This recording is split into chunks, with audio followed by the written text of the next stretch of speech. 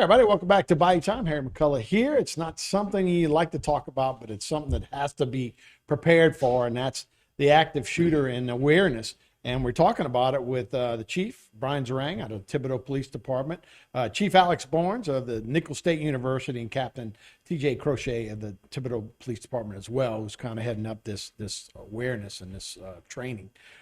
Like I say, when things happen, we go back to, years ago, Jonesboro, then of course Columbine was a big deal in 99, and most recently Uvalde. Yep. But now, I guess now there's multiple shootings now. Anything over 4 is considered multiple shooting. We seem to have a real issue going across this summer. But I guess the big ones are these active shooters in just random kind of things, something you guys have to train for, and that's the way you kind of combat these things. Well, Talk to me a absolutely. little bit. Yeah, and you try to get intel as much as you possibly can, monitoring Facebook. That's why we stress to people, if somebody's talking about possibly doing something or harming someone, is bring it to law enforcement's attention.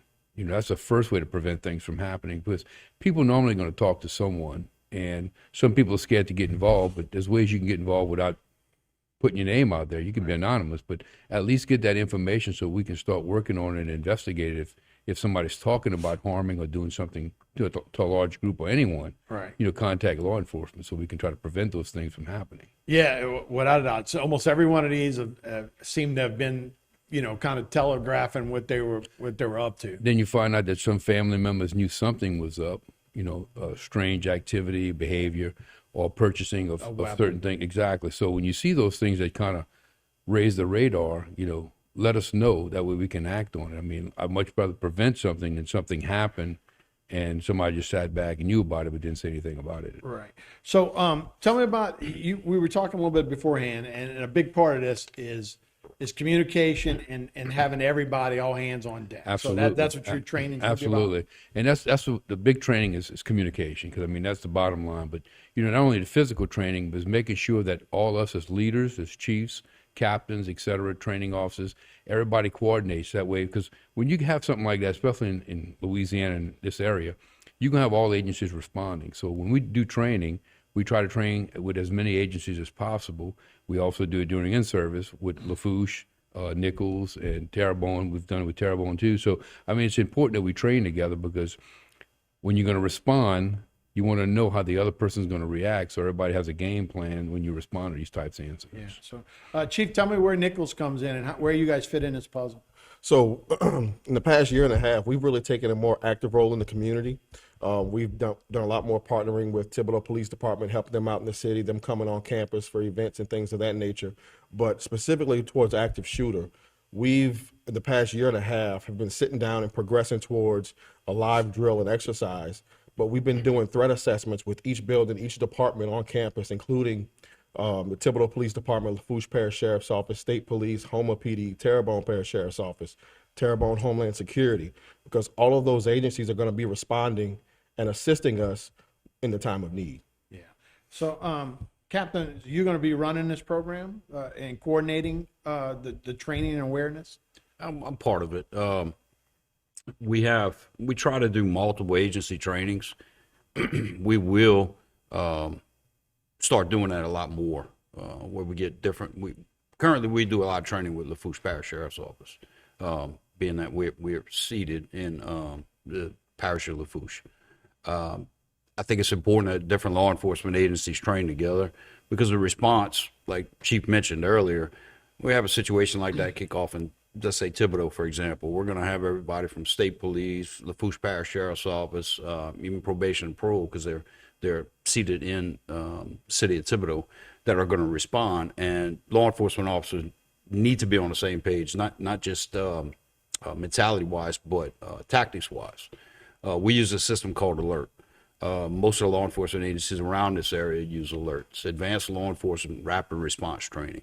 It's all the same tactics. Training multiple agencies on the same response tactics, or that's what it was geared for, so that agencies who don't train together, don't work together, officers could respond the same way. Well, and I think if we're now looking back at Uvalde, that seems to be the criticism, right? Of they weren't all together, right? And maybe and we were talking, it goes back to 1999 when there was a different way to handle these things. So what can you do now to make sure that you're all on the same page when something like that happens? I think one of the biggest things is, like you mentioned, 99, Columbine.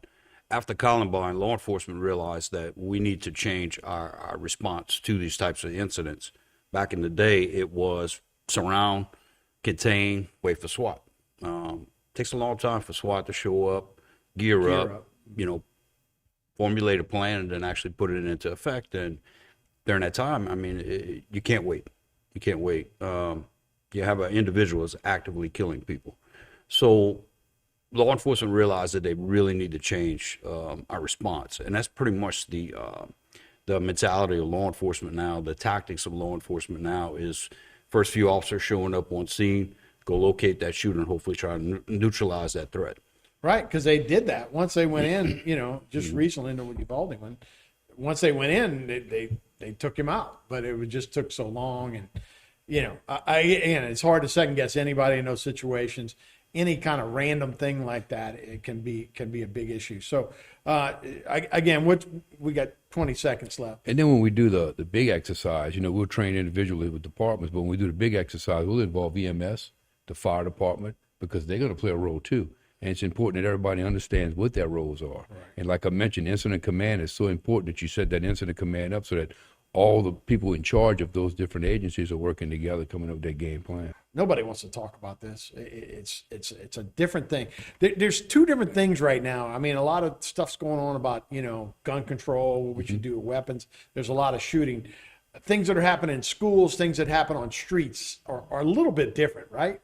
So from a police standpoint, those things are totally different as far as reaction. Well, absolutely, because it's a lot different stuff that happened on the street and compared to stuff that's isolated. I say isolated because Right. it's a planned type thing, Right.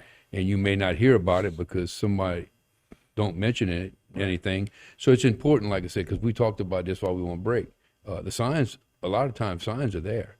Family notices that people are kind of staying back, kind of quiet to themselves, change of behavior. So those are all little signs. I mean, and it's not that you're trying to hurt anybody, but you're trying to reach out and give them help because that's what they're asking for.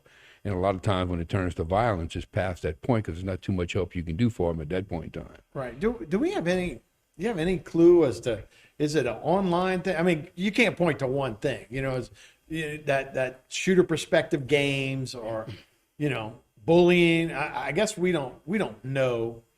They try to use those things. I mean, Yeah. everybody's trying to use something to Right. say this is what caused this. And, just like they're talking about with the guns right now, Right. that, let's ban guns. But, I mean, it's like I always said, what we're going to do, we kill more people on our highway if we're going to ban Sure. cars. Yeah, right. I mean, we just need to take a stronger stance and understand the importance of, and it goes back to mental health. If you look at Right, a lot of things, exactly. a lot of stuff deal with mental health. And that's a whole nother issue that we could talk about that, jail's not a place for those people. They need help. Right. And you just don't have the area, the places to place them with that. In a free society, that's going to be a tough deal. Hey, Chief, when you talk about college age students, and I guess that's who you probably deal with more, there is a lot of pressure. You get kids that are away from home for the first time in their lives. They probably have emotional roller coasters going to college and struggling and trying to figure things out. How do y'all kind of prepare? Is there something to look for as in law enforcement? Our students have been pretty vigilant, students, faculty, and staff, in reporting odd behaviors or things that don't sound right to them and things of that nature. And we have a threat assessment team in place where we review those things and we'll meet with the students involved and all and talk to them and kind of see where they're going. We have a counseling center on campus that offers free counseling to our students. And we provide, as a police department, a list of resources that are available to those students and all as well. We try to get out and engage with our students as much as possible to get to know them so that even we, as we come across them, can notice the differences in their behavior and things of that nature. Yeah, because again, you do have people that are maybe away from home, drinking for maybe the first time. Hey, I was going to be a doctor. Maybe I'm not cut out. Maybe I'm not going to make it. So, like I say, we all as parents got those phone calls late at night from our kids going, I don't know what's going on. So, yeah, we have those roller coasters for sure. Hey, Captain, so the training part of it, does it Is it more prior? Let's just talk about physically. Say something is happening. What is different now? You're supposed to go in now and engage. And again, you're not just have sidearms anymore. You guys are a little more prepared than maybe in '99. Yes, sir. The trainings actually help. As I said before, the tactics, everything, learning like that.